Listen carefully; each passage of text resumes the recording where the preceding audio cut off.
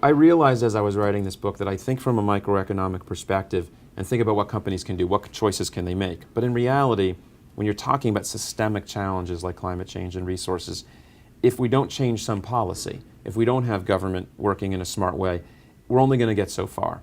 So I think companies have to do, and this might be the hardest pivot of all, that companies have to shift to asking for some regulation in a smart way, going to the state and national and global kind of organizations and saying we need a price on carbon in particular, or we need investment in the clean economy. This is going to be very hard for most companies. For the most part, government relations jobs in companies are meant to kind of fight regulation. It's just this knee-jerk almost that if it's coming from the government, it's going to hurt the business. And there's some truth to that in the past.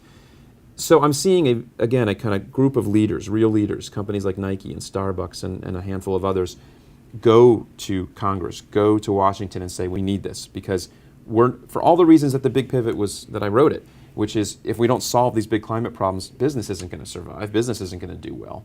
So we need to go ask for this as a group. And we're seeing these groups come together, in particular in something called the Climate Declaration. Hundreds of companies have signed this to say, this is a big issue, we need regulation around this. So I think we're going to see this more and more, but it means becoming a pro-climate, pro-environment lobbyist. That's unusual for companies.